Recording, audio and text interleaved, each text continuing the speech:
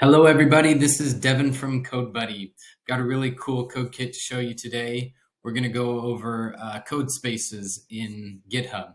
So I'm not sure if you're familiar with Codespaces, but Codespace is a way that you can create pretty much a local development environment on the browser using GitHub.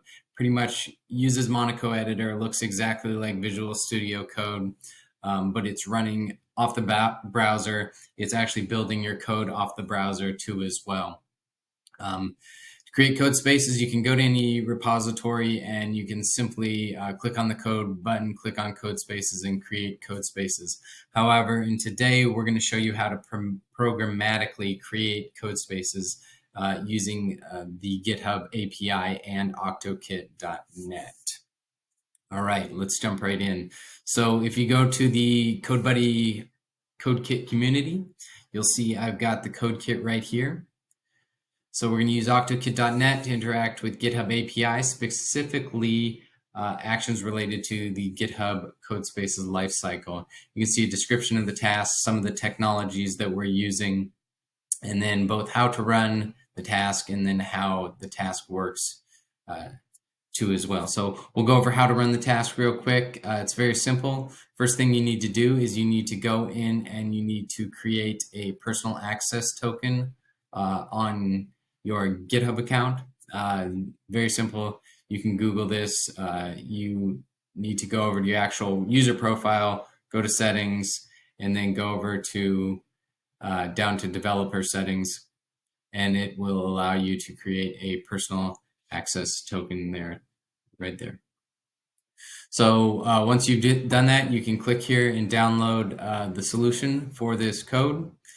This solution uses two different NuGet packages, the OctoKit and OctoKit Reactive. Those are basically packages to work with the GitHub API. We've already got them built in the CodeKit, so if you download or run the CodeKit from here, they're already built, but here's the instructions on how to add those packages as well. And then what you got to do is you got to go into the main file. You can click here, go to the code, and you'll want to insert your username for GitHub, and then also your personal access token that we just showed you how to add right there as well.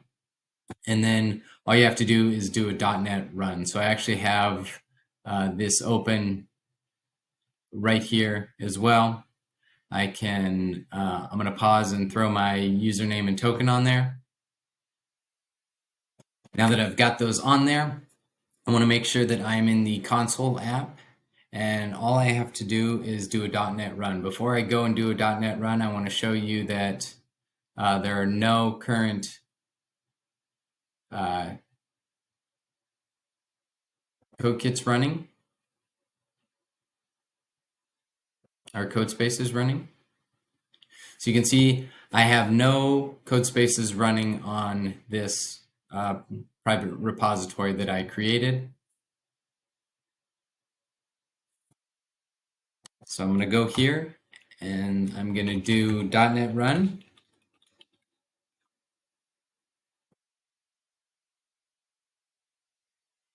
And now it's going to ask me one of three things. Do I want to create a code space, start a code space, or stop a code space? And I'm going to click, I want to create a code space. It's going to ask me for that repository that I just opened up. And I'm going to select that repository, and you can see now the code space is created successfully. I can click on it here. It's going to take me to start that code space. Or I can also go back here and I can refresh this private repository. And I can see that there is now a code space created on that private repository that I can click on. I've also got actions here too as well. I want to stop. You can see that this code space is active right now. I want to go stop that code space. I'm going to do .NET run again, and instead of create, I'm going to go to stop, and then I'm select that repository. And now you can see that it stopped successfully. So if I go back active and I refresh this page, you can see that that code space is now no longer active. So jumping in a little bit on how this works, you can see that we've just got a very simple program.cs file. It's got a main where you can add in your username and GitHub personal access token. It uses the OctoKit NuGet packages like we talked in the CS proj file.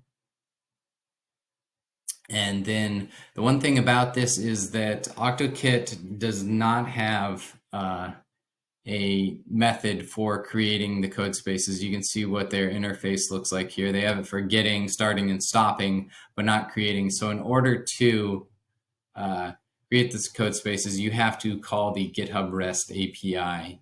And we have that code highlighted here on how to call that GitHub REST API in there as well. And also GitHub Codespaces charges by the hour. You can see the rates that are on here. It's about, depending on your compute time, it's about 18 cents per hour. So that's why we included code for how to stop your code space as well, so that you don't get charged for it running all of the time. So that's GitHub Codespaces. Hope you enjoyed the video, and we'll see you next time.